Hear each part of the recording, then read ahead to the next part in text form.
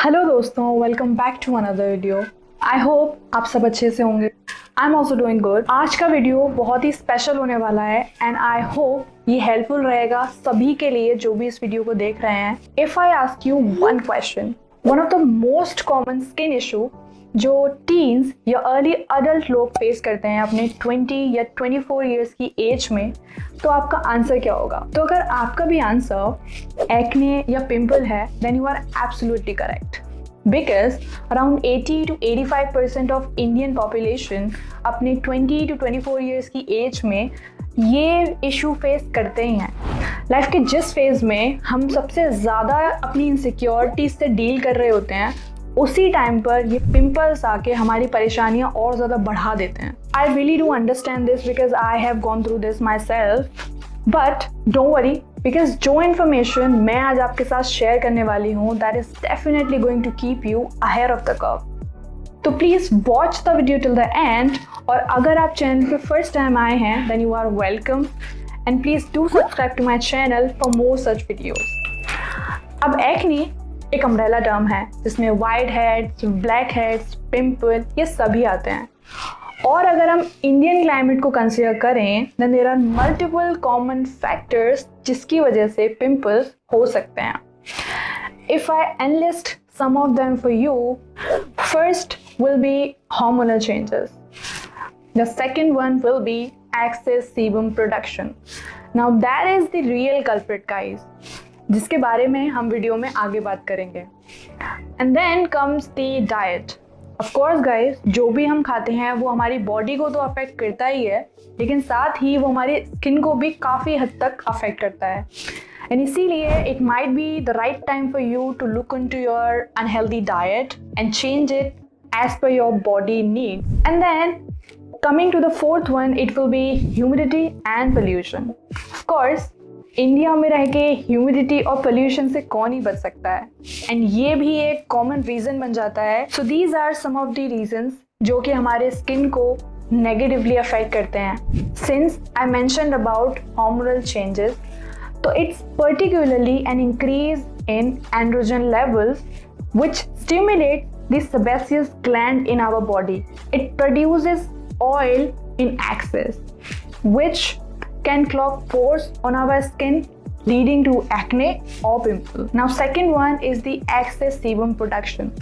अब sebum एक oily substance होता है जो कि हमारी बॉडी को lubricated and hydrated रखने में एक crucial role play करता है।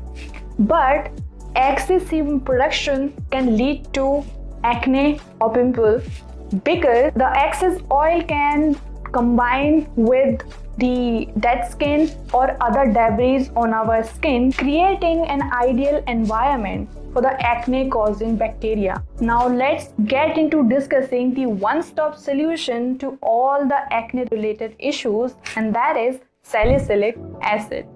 Salicylic acid होता है बीटा हाइड्रोक्सी एसिड और BHA इन शॉर्ट। ये एक आइसोलेटेड इंग्रेडिएंट काफ़ी टाइम से बहुत सारे स्किन केयर प्रोडक्ट्स में यूज़ होता रहा है, but recently as people have gotten more and more awareness about skin care, तो अब ये एक सेपरेट प्रोडक्ट के रूप में भी आता है। Its main use is to exfoliate the skin gently, और ये स्किन के डीप में जाकर एक्सेस ऑयल को डिसॉल्व करता है और साथ ही साथ डेड स्किन सेल्स को भी डिसॉल्व करता है।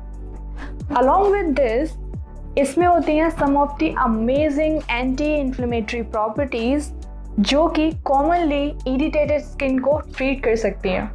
एंड इसीलिए आपने देखा होगा रिसेंट टाइम्स में काफ़ी फेमस डर्माटोलॉजिस्ट भी रेगुलरली BHA प्रोडक्ट्स को रेकमेंड कर रहे हैं, and that is only because of its amazing benefits guys.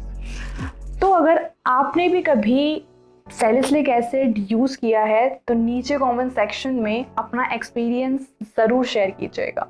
Now let's talk about how to use it. आप इसे यूज़ करने से पहले आप इसका पैच टेस्ट कर लें, या फिर इसको लोअर क्वांटिटी या लोअर कॉन्सेंट्रेशन फैक्टर में ही यूज़ करें to avoid any kind of unwanted result. ये प्रोडक्ट आपको 1%, 2% एंड 5% कॉन्सेंट्रेशन की फॉर्म में अलग अलग प्रोडक्ट्स में मिल जाएगा। बट मैं सजेस्ट करूँगी कि आप इसे as being a beginner 1% concentration के साथ ही यूज़ करें। Now coming to the applying part, make sure guys आप अपने फेस को सबसे पहले एक क्लेंजर की हेल्प से क्लीन कर लीजिए। Gentle cleanser is the best, क्योंकि हम अपनी स्किन को डबल एक्सफोलिएट नहीं करना चाहते। And then you can follow it up with a toner. As per me, rose water is the best because it's natural, easily available and affordable as well. उसके बाद आप चाहें तो सैलिसिलिक एसिड को अपने फेस पर लगा सकते हैं, अपनी फिंगर्स का जेंटली यूज़ करते हुए, ऐसे टैप करते हुए यूज़ कर सकते हैं। And then don't forget to follow it up with a moisturiser. Of course, depending upon your skin type, you can use any moisturizer. So with this said guys, I hope आपको ये video अच्छी लगी होगी, and अगर मैंने आपकी 1% भी help की है देन इट्स माई प्लेजर। और अगर आपको लगता है कि आपको कुछ भी नया सीखने को मिला है या कुछ भी पता लगा है, then you can support me by simply subscribing to my channel.